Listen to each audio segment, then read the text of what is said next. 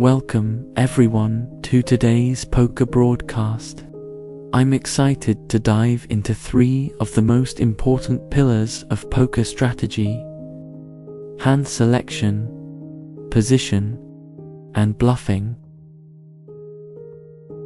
Poker is a fascinating game because it blends math, psychology, and human decision-making.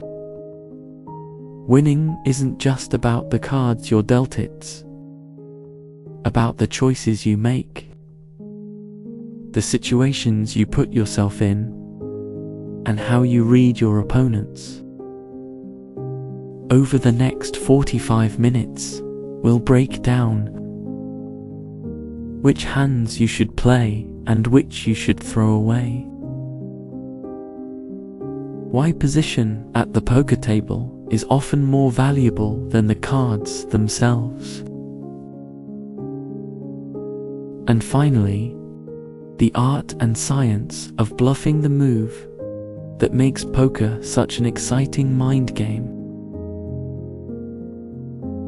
By the end, you'll not only understand the concepts, but you'll also have practical examples and stories to help you bring these skills into your own game. So let's begin.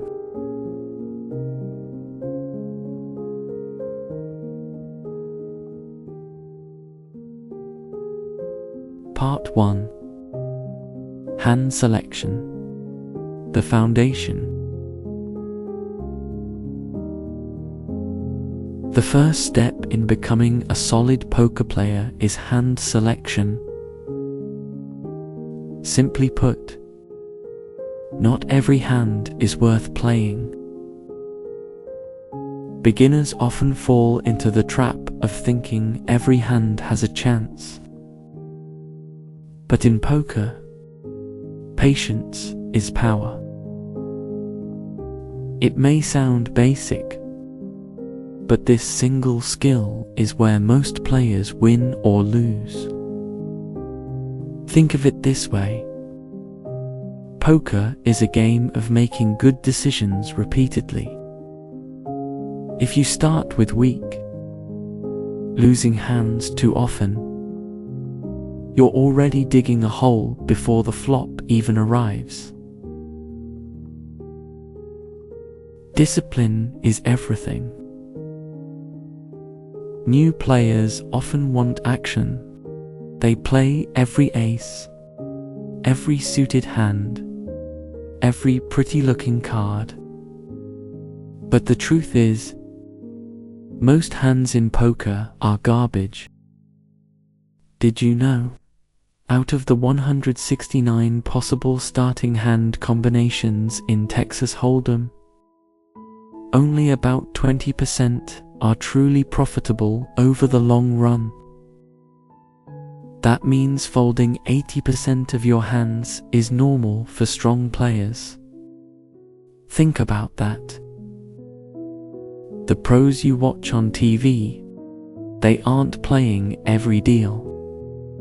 They're waiting, watching, and choosing their spots carefully. Let's start with the basics.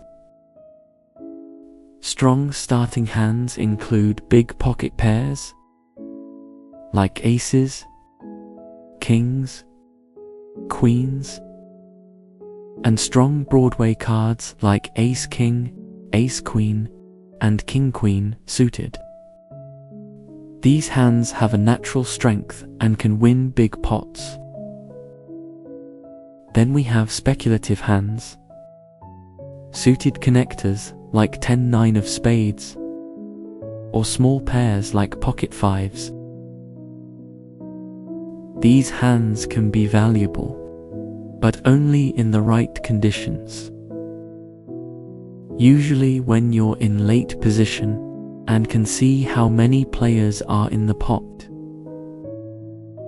And finally, there are weak hands, things like 7-deuce offsuit or 9-3 offsuit. These are considered trash for a reason. playing them will cost you money in the long run. Now here's the key. Your hand selection changes based on position and table dynamics. For example, in early position, you want to stick to strong hands. If you play weak cards from up front, you'll often be facing multiple opponents and be forced to act first on later streets. So when you're in early position, under the gun or under the gun +1, you want to play only the strongest hands. Why? Because there are 7 or 8 players left to act behind you, and someone could easily wake up with a monster. Your safe hands here are premium pairs like aces, kings, queens, jacks, medium pairs like pocket 9s, pocket 8s, strong broadways like ace king, ace queen, sometimes suited ace jack, but nothing weaker. If you play loose here, you're often setting yourself up for disaster. I once saw a player raise under the gun with king 10 offsuit. Looked harmless enough. But the button had ace king and re-raised. Flop came king high, and the under the gun player couldn't escape. He lost his stack because he played a hand too weak for his position. Imagine a player who loves small pocket pairs like pocket deuces. They limp in from under the gun, hoping to hit a set, but most of the time they miss, and they end up folding after wasting chips. Compare that to a disciplined player who folds deuces in early position, saves their chips, and waits for a better spot. That discipline is what separates winning players from losing ones. So the lesson is clear. Be selective. Don't fall in love with every suited hand or every ace. Be patient. Good cards will come, and when they do, you'll be in position to maximize your winnings. In middle position, you can start to widen your range a bit. Add in suited connectors, medium pairs, maybe ace 10 suited. You get a little more flexibility. You've seen some players act before you, so your risk of being dominated is smaller. Here you can add medium pairs like pocket 7s to pocket 10s, suited connectors like 10-9 suited, 9-8 suited, suited aces down to ace 9 or ace 8, but still be cautious. The mistake here is going too wide, too quickly. You're still not in the clear until you're on the button. And in late position, the cutoff or the button, you can play much wider. You have more information and you can steal blinds with weaker holdings. Late position is where things get fun. You can open up your game. Here you can raise with small pairs like pocket deuces to pocket 6s, more suited connectors, and even one-gappers like jack 9 suited. Hands like king 10, queen 9, even some suited kings and queens. Why? Because now you have the advantage of position, which we'll dive into later. A player on the button, he open raise with 7-6 suited. Everyone folded, and he picked up the blinds uncontested. That's free money, just for recognizing the power of late position. And when he did get called, he still had a hand that could flop straights and flushes. The trap of weak hands. Let's talk about some common traps. Weak aces like ace-deuce, ace-3, ace-4, offsuit. They look nice, but they're dangerous. If you hit an ace, you'll often be outkicked. Low-suited cards. 6-deuce suited isn't good just because it's suited. The chance of flopping a flush is tiny, and even if you do, it may be the losing flush. Face frag offsuit. Hands like King 3 or Queen 7, they'll only get you into trouble.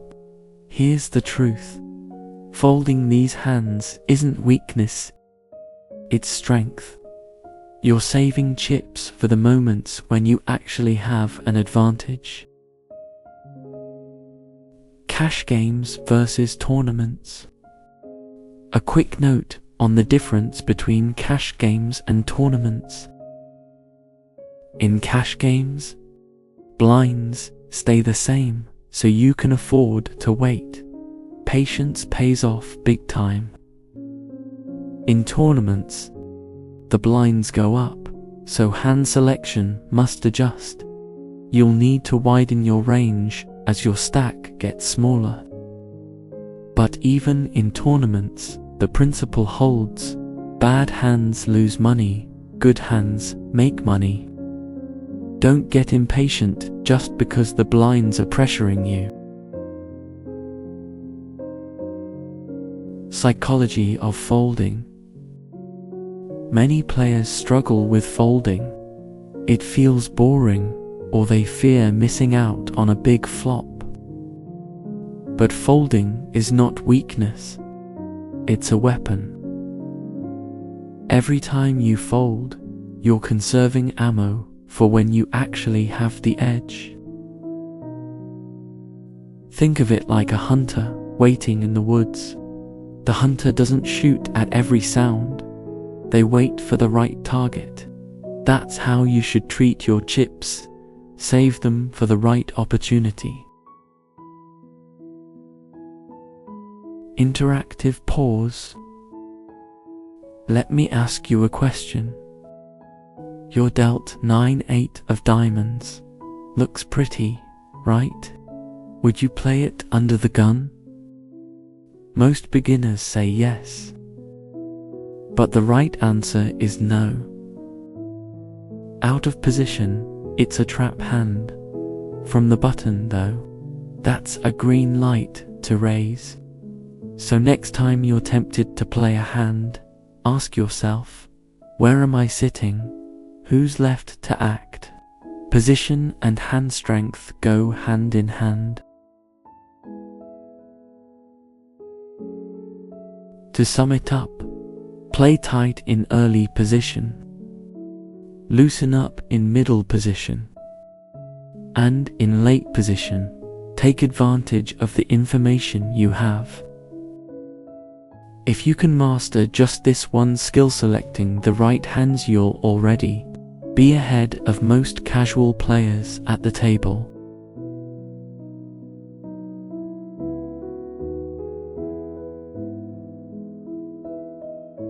Now let's move on to one of the most powerful concepts in poker: position. Position means where you sit at the table relative to the dealer button. The later you act, the more information you gather, and in poker, information equals profit. Poker is not only about what cards you play, it's about when you play them and from where you play them. If hand selection is the foundation, then position is the frame of the house. Without it, everything collapses. Why position matters? Position simply means where you sit in relation to the dealer button, and therefore, when you act during each betting round. Players who act first are at a disadvantage because they have no information. Players who act last are at an advantage because they've already seen what everyone else has done. Think about it. Poker is a game of incomplete information. If you're first to act, you're making a decision blind. If you're last, you get free information from every opponent. That's why pros often say, "I'd rather have a weak hand in position than a strong hand out of position." Imagine you hold Jack 10 suited. From early position, risky. If someone behind raises, you're trapped. From the button, powerful. You can raise, steal the blinds, or see a cheap flop with control. The button advantage. The best seat in poker is the button. On every betting round, you act last. You get to see who's strong, who's weak, who checks, who hesitates. From the button, you can play wider ranges, steal blinds with weak but playable hands, extract maximum value from strong hands. Over thousands of hands, the button is always the most profitable seat at the table. Why? Because you get to make decisions with maximum information. Daniel Negreanu, one of the greatest poker minds, often says, "Give me position, and I'll beat you with any 2 cards." He once won a massive pot with 7 for offsuit, only because he was on the button, applying pressure to opponents who showed weakness. Early position danger. Contrast that with early position like under the gun. Here you have to act with no information. If you raise with a hand like King-Jack offsuit, there are still 7 or 8 players left to act. If any of them have Ace-Queen, Ace-King, or King-Queen, you're dominated. This is why strong players play much tighter in early position. They don't want to bleed chips by opening hands that look good but are easily crushed. Middle position flexibility. In middle position, you have more flexibility. You've seen some players act, so your risk is lower. Here you can start adding hands like medium pairs like pocket 7s to pocket 10s, suited connectors like 9-8 suited, Jack 10 suited, suited aces like Ace 9 suited, Ace 8 suited. But don't forget, you're still not in full control. There are players left to act behind you. Middle position is like standing halfway across a bridge. You're not in danger, but you're not safe yet either.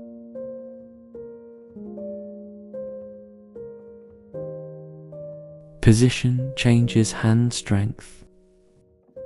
Here's something crucial. The exact same hand can change in value depending on position. Example, you hold 10-9 of spades. Under the gun, this is a fold. Too risky, too many players behind you. On the button, this is a raise. You can steal the blinds, and if you get called, you're in control post-flop. Same hand, 2 completely different outcomes. That's the power of position. Position as a weapon. Strong players use position as a weapon, not just a convenience. They know they can pressure opponents who are out of position. If you're in position, you can bluff more effectively. Float a bet call with nothing and steal the pot later. Value bet thinner because you see how your opponent reacts first. Think of the last time you lost a big hand. Did position play a role? Were you out of position, forced to act before your opponent? Phil Ivey, known as one of the best ever, once turned a weak pair into a huge pot. Not because his cards were strong, but because he was on the button. He pressured his opponent with position, forcing folds where weaker players would have given up. Tournament versus cash game position. In cash games, position is always important, but in tournaments, it becomes even more valuable. In tournaments, position becomes even more crucial. Blinds go up, stacks shrink, and stealing blinds in late position is often the difference between surviving and busting. As blinds increase, stealing blinds and antes from late position can literally keep you alive. A short stack with position can sometimes outlast a big stack that keeps getting stuck out of position. In tournaments, you'll see players open almost any 2 cards on the button when stacks are short because survival depends on aggression from position. Common mistakes with position. Let's talk about common mistakes players make with position.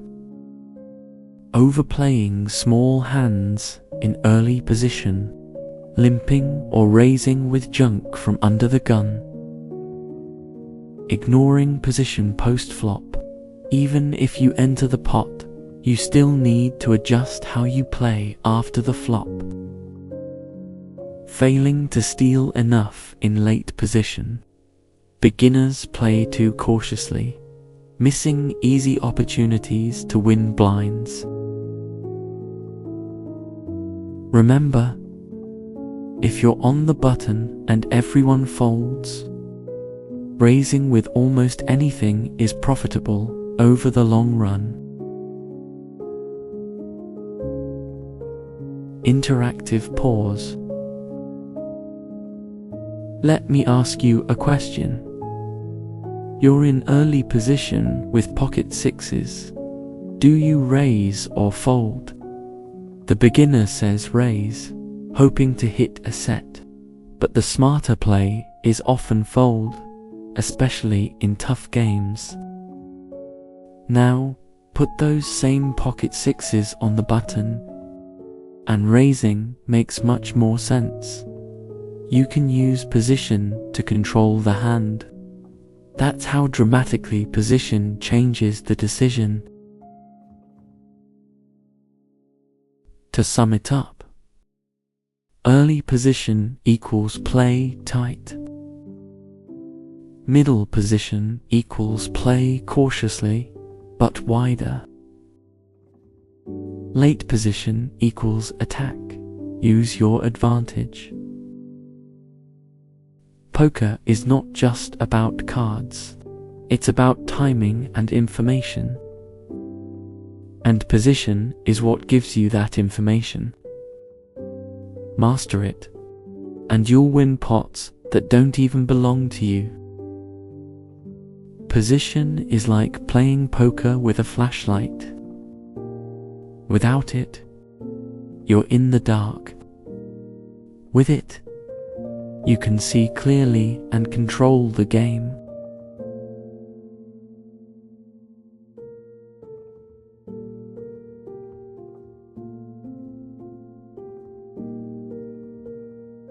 Part 3. The Art of Bluffing. So we've talked about hand selection, the foundation and position, the weapon, but poker wouldn't be poker without the third pillar, bluffing. Bluffing is what turns poker from a card game into psychological warfare. It's not just about tricking your opponent. It's about telling a believable story with your chips. Bluffing is what makes poker unique. Unlike blackjack or roulette, you can win without the best hand. But here's the catch. Bluffing isn't about being reckless.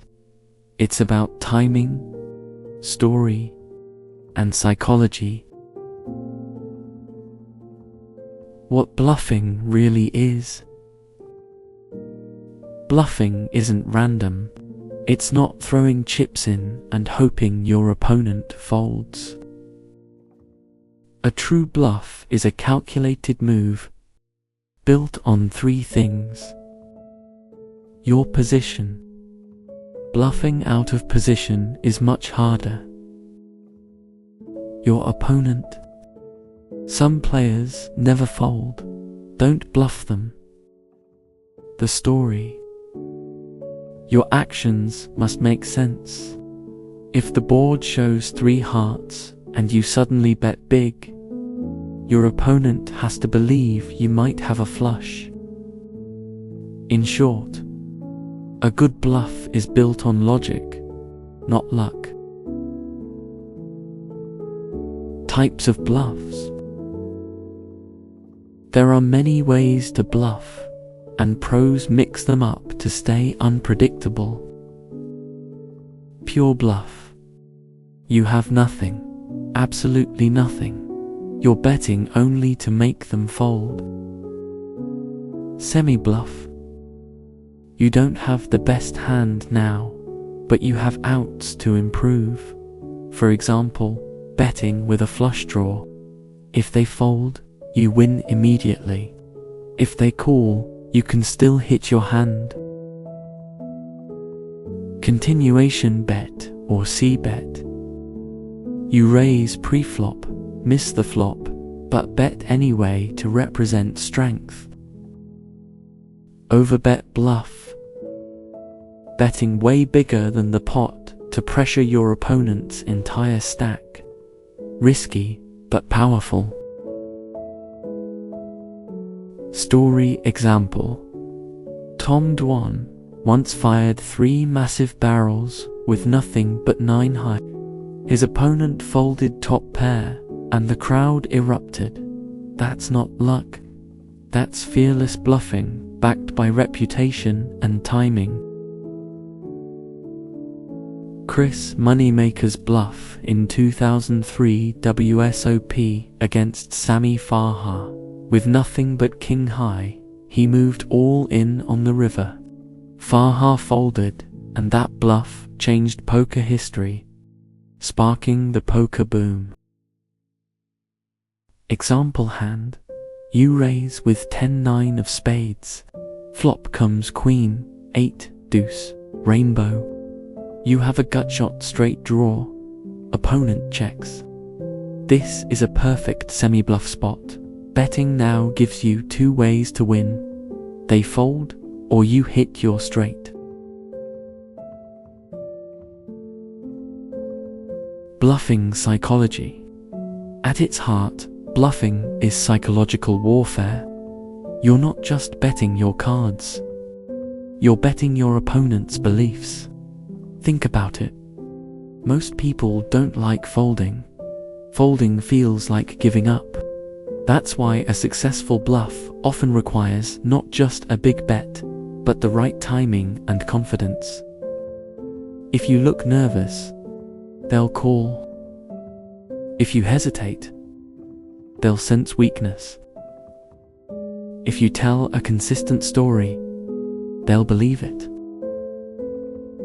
This is why poker pros train their table image, how they appear to others. If you've been playing tight all night, your bluff carries more weight. If you've been reckless, your bluff will get called more often. Good players don't just bluff. They bluff believably. Think of bluffing as acting. You're telling a story that must add up. choosing the right opponent. The truth is, you can't bluff everyone. Against a calling station, someone who calls with anything, don't bluff, you'll burn money. Against a tight, cautious player, perfect target, they don't want to risk their stack. Against a pro who's watching your every move, be careful, they might spot the weakness in your story. Remember, bluffing is like fishing. You don't throw bait into a pond with no fish. You choose your spot wisely. Bluffing in tournaments versus cash games. Bluffing changes depending on the game type. Cash games, deeper stacks mean bigger bluffs are possible. You can put pressure on opponents with massive bets. Tournaments. Stacks are shorter, blinds keep rising. Bluffing too often can cost your life in the tournament, but well-timed steals, especially near the bubble, can make the difference between cashing and going home. Advanced bluffing concepts. For advanced players, bluffing goes even deeper. Blocker bluffs. Bluffing because you hold a card that makes it less likely your opponent has the nuts. Example: bluffing a missed flush when you hold the ace of that suit. Polarized ranges. Betting in a way that says, I either have the nuts or I have nothing. That puts opponents in a painful guessing game. Multi-street bluffs. Telling a consistent story across the flop, turn, and river. This is the highest level, riskier, but deadly effective. Common bluffing mistakes. But beware, beginners often bluff too much, or at the wrong times. Biggest mistakes I see. Bluffing against too many players.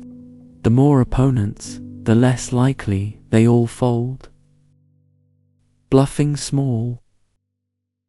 A weak bet rarely scares anyone. Bluffing without a plan. Always think ahead. If they call now, what will you do on the next street? Remember, a failed bluff isn't just lost chips. It damages your table image for the rest of the session.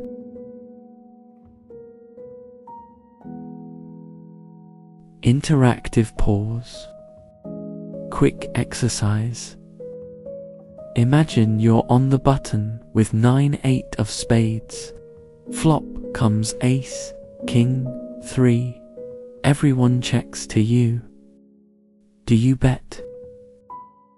Most beginners say yes, but that's dangerous. Why? Because that flop smashes the range of players who called pre-flop. Your bluff is less believable. The better bluffing spot comes when the board is low and disconnected, something like 7-6 deuce rainbow. Lesson: bluff the boards that favor your story, not your opponent's.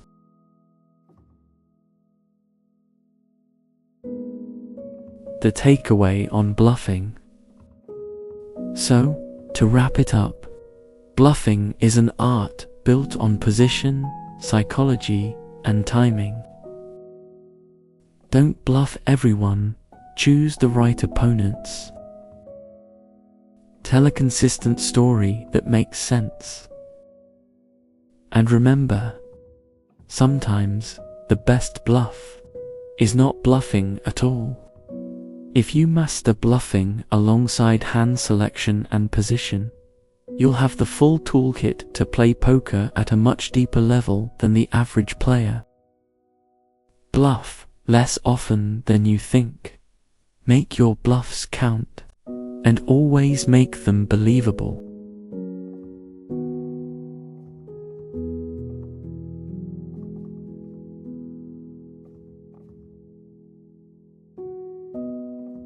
conclusion bringing it all together.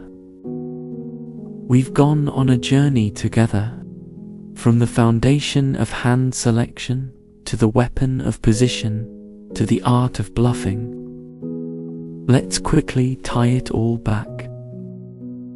Hand selection gives you discipline. It keeps you out of trouble, ensures you start strong, and saves you chips. Position gives you power. It lets you turn average hands into winners and makes strong hands even more profitable. Bluffing gives you unpredictability. It turns poker into a psychological duel where your opponent can never feel completely safe. Together, these three form the holy trinity of poker strategy. Master them, and you're no longer just playing cards. You're playing people. Poker as a game of life. And here's the thing. Poker is more than just a game. These lessons apply to life too. Hand selection, that's choosing your battles. You can't fight every fight, you must choose wisely. Position, that's timing. In life, as in poker, sometimes success isn't about strength. It's about striking at the right moment. Bluffing, that's influence. Sometimes you win not because of what you hold, but because of the story you can tell. Poker teaches patience, courage, and discipline, the same tools we need every day. Avoiding the traps. Of course, it's not always easy. Many players fall into the same traps, playing too many hands, ignoring position, bluffing at the wrong time. But here's the secret. Every mistake is a lesson. Every hand you lose teaches you something. The best players aren't the ones who never lose, they're the ones who learn the fastest.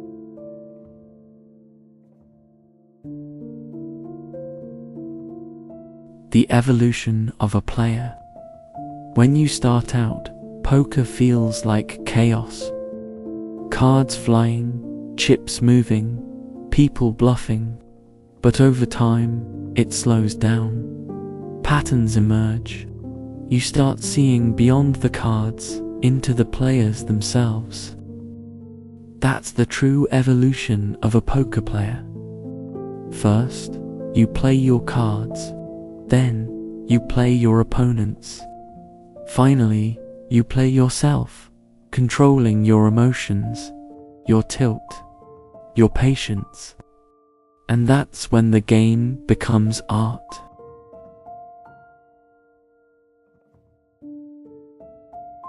The final challenge. So here's my challenge to you. Next time you sit at the table, whether it's a home game with friends, an online tournament, or a live cash session, focus on just one of these three pillars. Don't try to master everything at once. Maybe one night, you discipline yourself to play only strong starting hands. Another night, you experiment with the power of position. Or maybe you practice one carefully chosen bluff. Step by step, you'll build the complete game. Step by step, you'll transform from casual player to strategist.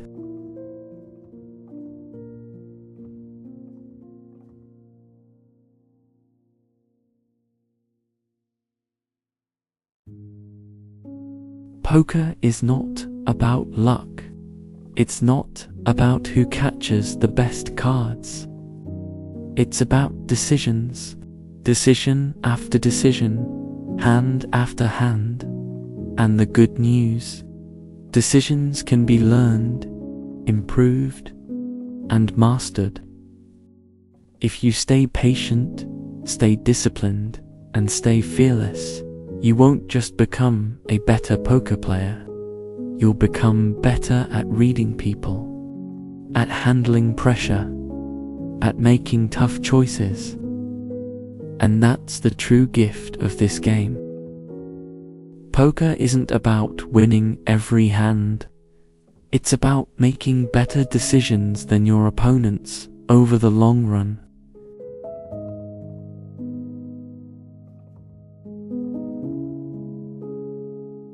Thank you for joining this broadcast. I hope these lessons help you think deeper about the game. And the next time you sit at the table, you'll be ready to play smarter, stronger, and more confidently. Until next time, play smart, and may the chips fall your way. Good night, and good luck.